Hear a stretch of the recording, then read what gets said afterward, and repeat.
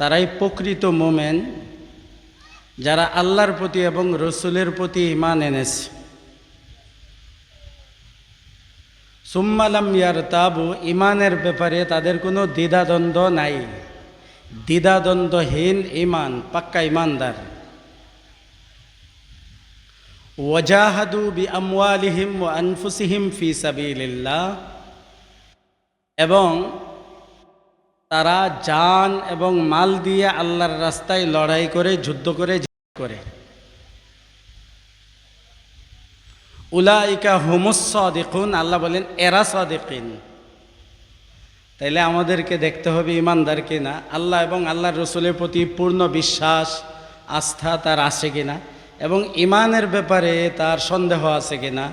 যে যখন ঈমানদারের কাছে যায় তখন ঈমানের কথা বলে, যখন তাগুতের কাছে যায়, তখন কোনো ক্ষমতার কাছে যায়, যখন কোনো নেতার কাছে যায়, যখন কোনো এমপি মন্ত্রীর কাছে যায়, যখন বড় কোনো ব্যক্তির কাছে যায়, তখন তার কথা, তার কাজ, তার পদ্ধতি পাল্টিয়ে যায়। এমন হয় কি না? তাহলে বুঝতে হবে ঈমানের প্রতি তার কি নাই, আস্থা নাই, আস্থাশীল ঈমানদার না, তার সন্দেহ আছে ঈমানের ব্যাপারে। এই জন্য কখনো আল্লাহর পক্ষে, কখনো সরকারের পক্ষে, কখনো আল্লাহর পক্ষে, কখনো তাগুতের পক্ষে, কখনো মুসলমানের পক্ষে, কখনো আবার বেঈমানদের পক্ষে চলতে থাকে। এমন না হয় পাক্কা ঈমানদার এবং জানমাল দিয়ে আল্লাহর রাস্তায় করে লড়াই করে, তারা হলো সাদিকিন, তাদের সাথে থাকো।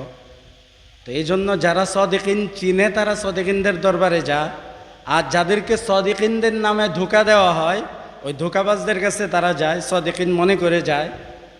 ঈমানের ব্যাপারেও সন্দেহ, তাগুতকে বুকের সাথে মিলায়, গলার সাথে মিলায়, দাওয়াত খায়, দাওয়াত খাওয়ায়। বরঞ্চ আল্লাহ সুবহানাহু ওয়া তাআলা কুরআনের অসংখ্য আয়াতে বলে দিয়েছেন আল্লাহর ইবাদত করো, তাগুতকে বর্জন করো, তাদের সাথে শত্রুতামি রাখো, তাদেরকে শত্রু মনে করো, এবং তারা যে শত্রু তার সাথে যে তোমার শত্রুতা আছে এটা স্পষ্টভাবে ঘোষণা করে দাও। ঘোষণা করলে কি হবে? জেলে যেতে হবে, গুম হতে হবে, মাইর খেতে হবে, এলাকা ছাড়তে হবে, এগুলো সব হবে। এইটাই আল্লাহ সুবহানাহু ওয়া তাআলা 28 নম্বর পারা সূরা মুমতাহিনার 4 নম্বর আয়াতে বলে দিয়েছেন। তো সেদিকে যাচ্ছি না আলোচনা। তো সাদিকিন যারা, তাদেরকে চিনে, তাদের কাছে বসতে হবে, তাদের আলোচনা শুনতে হবে। আমি যে আয়াতে কারিমা শুরুতে তেলাওয়াত করেছি সূরা মায়েদার 54 নং আয়াত, এখানে আল্লাহ তাআলা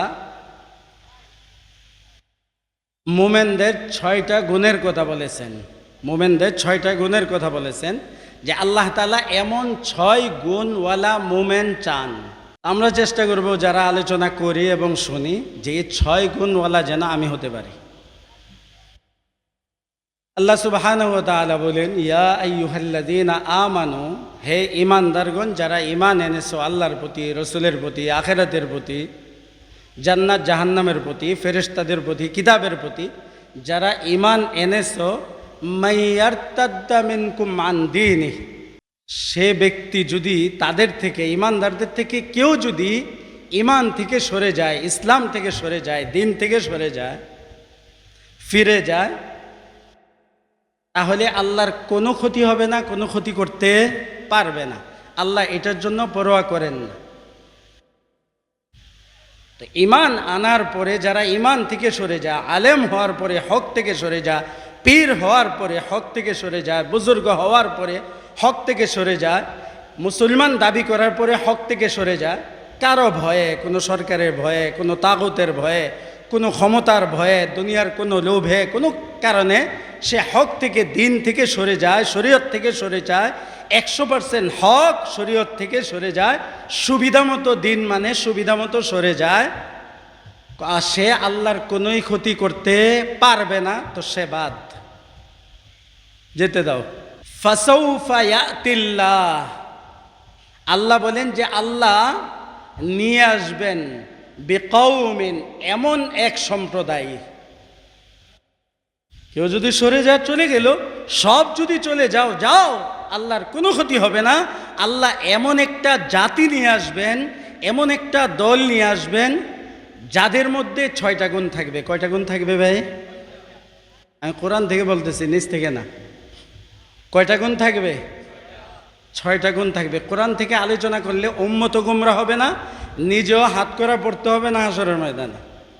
আর যখন বলবো আব্বা যান, দাদা যান, অমুক যান, তমুক যান, বলেছে শুনেছি, এই আবিজাবি সব লাগানো হয়, তখন এই দাজ্জালি কথাবার্তা চলে আসে।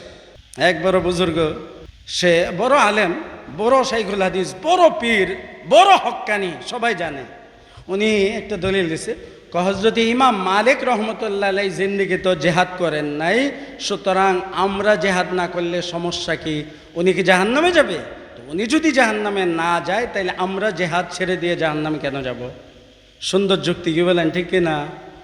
ওনার ইমাম কিন্তু ইমাম মালিক রহমতুল্লাহ আলাইহি না, অর্থাৎ ইমাম মালিক রহমতুল্লাহ আলাইহির মাযহাবকে উনি মানেন না, উনি মানেন ইমাম আবু হানিফা রহমতুল্লাহ আলাইহিকে। তা আবু হানিফা রহমতুল্লাহ আলাইহির নাম কেন বলেন নাই? উনি বলেন নাই যে আবু হানিফা রহমতুল্লাহ আলাইহি জেহাদের ফতোয়া দিয়েছেন জালেম সরকারের বিরুদ্ধে। ওই জামানার খলিফা জালেম ছিল, তার বিরুদ্ধে মুসলমান ছিল। আজকে বলবে যে কার বিরুদ্ধে জেহাদ করবা? অমুকে মুসলমান, তুমুকে মুসলমান, তুমুকে মুসলমান। কিন্তু আবার বক্তব্য দেওয়ার সময় যদি ক্ষমতা বাড়ি দেখে আলেমদের বা মুসলমানদের, তখন বলে সে দাজ্জাল, সে মুনাফিক, সে কাফের, সে বেঈমান।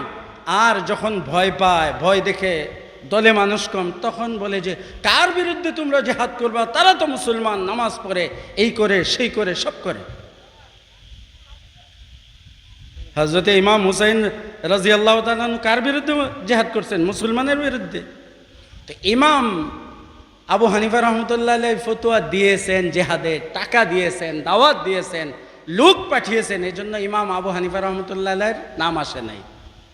কিন্তু কোরআনে তো বলছে আল্লাহর আনুগত্য করো, ও রসুলের আনুগত্য করো, সাহাবায়ে কেরামের আনুগত্য করো। সাহাবারা হলো আমাদের শরীয়তের মাপকাঠি, দিনের মাপকাঠি। কারা? হকের মাপকাঠি কে? সাহাবায়ে কেরাম। বক্তব্য দেওয়ার সময় এটাই বলবে, অন্যকে ঘায়েল করার জন্য এটা বলবে সাহাবায়ে কেরাম, কিন্তু নিজে মানার সময় বলবে যে আমার অমুক, আমার তুমুক, তিনি এটা বলেছেন। আরে কোরআনের বিরুদ্ধে, হাদিসের বিরুদ্ধে, শরীয়তের বিরুদ্ধে যদি তোমার বাবা, তোমার পীর, তোমার দাদা, তোমার আমি যেই বলো, এটাকে প্রত্যাখ্যান করতে হবে। দলিল তো কোরআন সুন্নাহ। সাহাবায়ে কেরাম আকাবের আসলাফদেরকে কেন মানে? তাদের কথার পিছনে যখন কোরআন সুন্নাহর দলিল থাকে, সাহাবায়ে কেরামের জীবনের দলিল থাকে, তখন আমরা তাদের মাসআলাকে মানি। তারা ওই দলিলের ভিত্তিতে মাসআলা দেন, ফতোয়া দেন। কিন্তু ওইটার বিরুদ্ধে কোরআন সুন্নাহ সরাসরি বিরোধী হবে। 6000 আয়াত আল্লাহ কোরআনে নাজিল করবেন জেহাদের ব্যাপারে।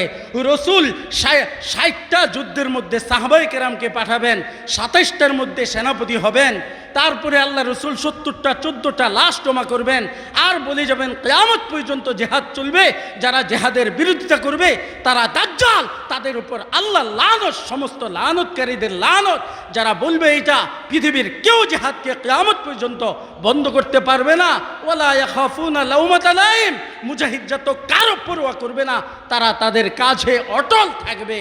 তো এইটার বিরুদ্ধে যখন পীর সাহেব বলবে, অমুকে বলবে, তমুকে বলবে, তাইলে এটা তো মানা জানা, এটাকে প্রত্যাখ্যান করতে হবে, নিক্ষেপ করতে হবে ডাস্টবিনে।